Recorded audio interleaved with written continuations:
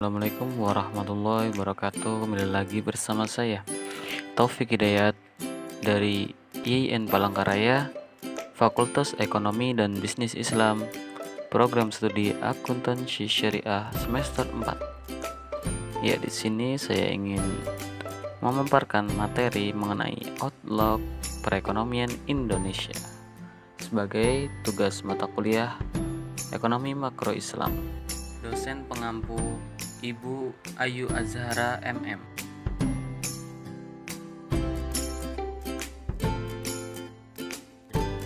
Pandemi virus corona atau COVID-19 telah membawa perekonomian dunia ke jurang resesi.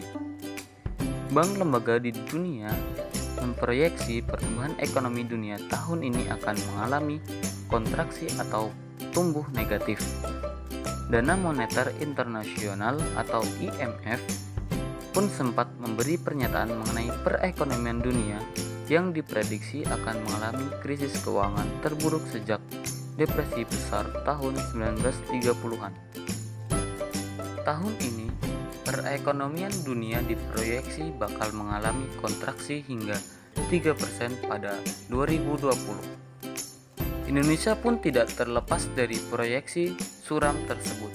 Banyak lembaga di dunia telah merevisi prediksi pertumbuhan ekonomi yang pada awal tahun masih diwarnai sentimen positif, kini menjadi muram lantaran pandemi.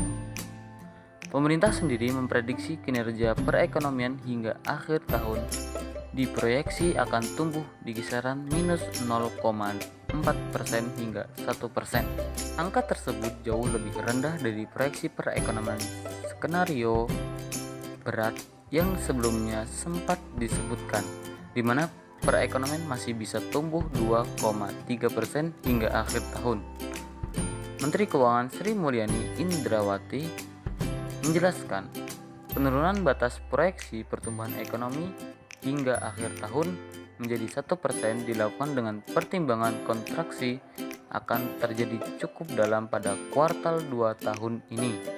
Outlook proyeksi minus 0,4% ke 1%. Untuk batasan atas kami turunkan 2,3% ke 1%. Revisi agak turun karena kami melihat kontraksi cukup dalam di kuartal kedua. Jelas dari Ibu Sri Mulyani ketika berikut melakukan gambaran kerja muramnya dengan Badan Anggaran hingga DPR tahun menurut lembaga-lembaga dunia. Tanggal 18 yang pertama 6 Dana Moneter Internasional atau IMF. Menurut IMF, Indonesia mengalami kontraksi atau tumbuh negatif 0,3% pada tahun ini. Prediksi terhadap ekonomi Indonesia ini memburuk dibandingkan proyeksi pada April 2020. Saat itu, IMF masih memproyeksi pertumbuhan positif pada tahun ini, yakni di level 0,5%. Terjadi penurunan 0,8 poin persentase dengan jeda hanya 2 bulan. Namun demikian, tahun depan kondisi perekonomian RI diproyeksi akan membaik dan tumbuh 6,1%.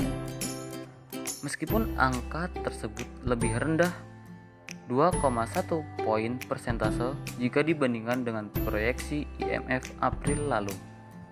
Adapun secara keseluruhan untuk negara berkembang, IMF memprediksi pertumbuhan PDB diproyeksi akan mengalami kontraksi 3% tahun ini.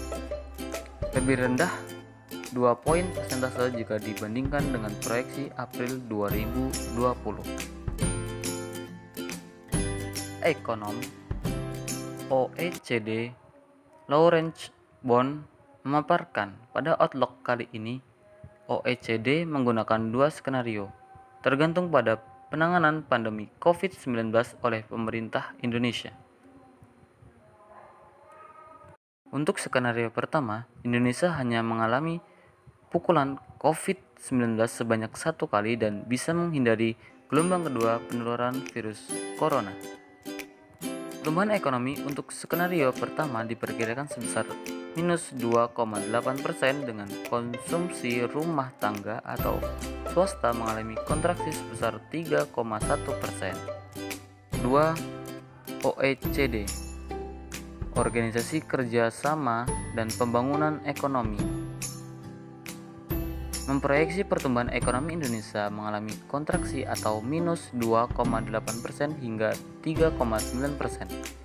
Angka tersebut jauh lebih rendah jika dibandingkan dengan skenario pemerintah yang memperkirakan pertumbuhan ekonomi tumbuh negatif 0,4% hingga 1%. PIB tumbuh melambat pada kuartal pertama tahun 2020, terbebani oleh konsumsi rumah tangga dan investasi yang lemah.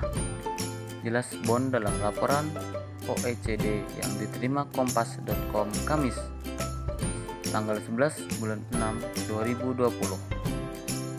Adapun skenario kedua, jika gelombang kedua terjadi di Indonesia, maka perekonomian akan mengalami kontraksi hingga 3,9%.